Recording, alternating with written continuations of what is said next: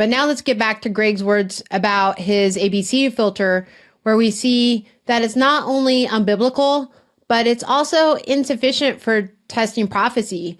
So continuing on from his previous words about beginners giving only affirming prophecies, he reveals that there's another big flaw with his filter, and that's that mistaken prophecies can pass through it.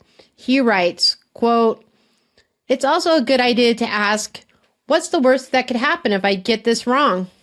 If, for example, you receive a mental image of a waterfall and you sense that it might be a message about spiritual refreshment for someone, it's clearly affirming. It also lines up with the major biblical theme around cleansing and refreshment. And it certainly reflects the character of Christ, who said, 'Let anyone who is thirsty come to me and drink.' The worst that could happen if you get this wrong is a mild moment of slightly unanointed encouragement. There's really nothing to lose by sharing it." So think about what Greg says there. He indirectly acknowledges the defectiveness of his filter. He does this when he gives the example of someone who's learning to prophesy and they have a mental image of a waterfall, and they take that to mean that God is telling them that he's going to bring spiritual refreshment to someone. And Greg says, okay, let's run this through the filter. You know, this word is affirming, so it passes the first part of the filter. He says it's biblical because there is a theme of spiritual refreshment in Scripture. And he says it's Christ-like because Christ promises spiritual refreshment to those who come to him. And I just want to stop for a second and point out that the way he uses the word Christ-like seems highly subjective. Elsewhere, in a discussion guide featured on his website, where he writes about the ABC filter, he describes a prophetic word that is Christ-like this, quote, "Christ-like. Does it sound like the kind of thing Jesus would have said and feel like the kind of person he was?" Unquote. Let's think about that for a second. Does it sound like something Jesus would have said? Does it feel like the kind of person that he was? I imagine that there's many people out there who would not think that Jesus would say things like, "You brood of vipers," or "Get behind me, Satan," or "I never knew you. Away from me, you evildoers." But Jesus said all of those things, even though many people today might think that Jesus would only say affirming, encouraging things. And so that test is not a reliable test the way Greg defines it. And it also means that for those people who would just view Jesus's words as being always affirming and encouraging, that really the C part of Greg's test, the Christ-like part, is really just for them a reiteration of the A part of his test, the affirming part.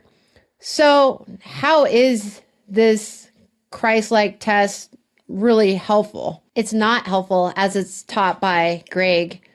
But Greg implies that the prophetic words that do pass his filter, even if they're mistaken and are not really from God, will at least be harmless.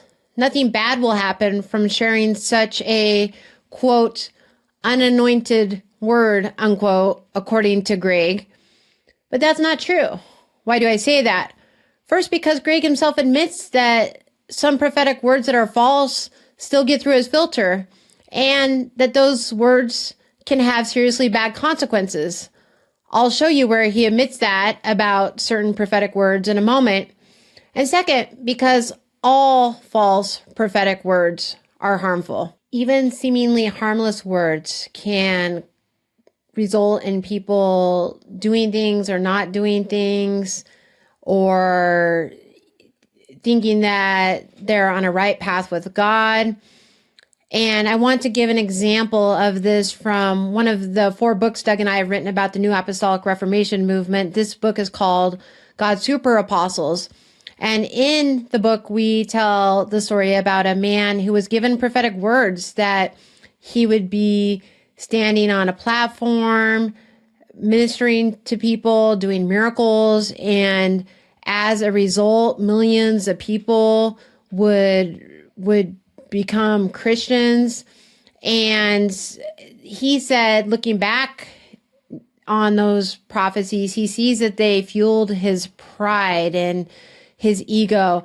And they also caused him to make a decision not to move, to live closer to his young son, because he was afraid that moving would hinder the fulfillment of those prophecies.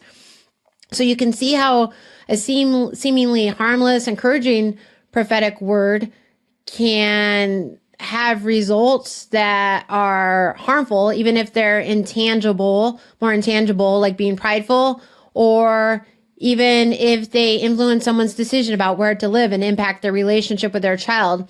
Who knows if a specific prophetic word is going to prove to be directional for someone or not, or what ways someone might respond to an affirming word about a waterfall, and what might follow from that decision, and what might follow from that decision. But even if someone doesn't act on the false prophetic word, it still misrepresents and dishonors God. It's a violation of the third commandment in Exodus 27, which says, quote, "You shall not take the name of the Lord your God in vain, for the Lord will not hold him guiltless who takes his name in vain."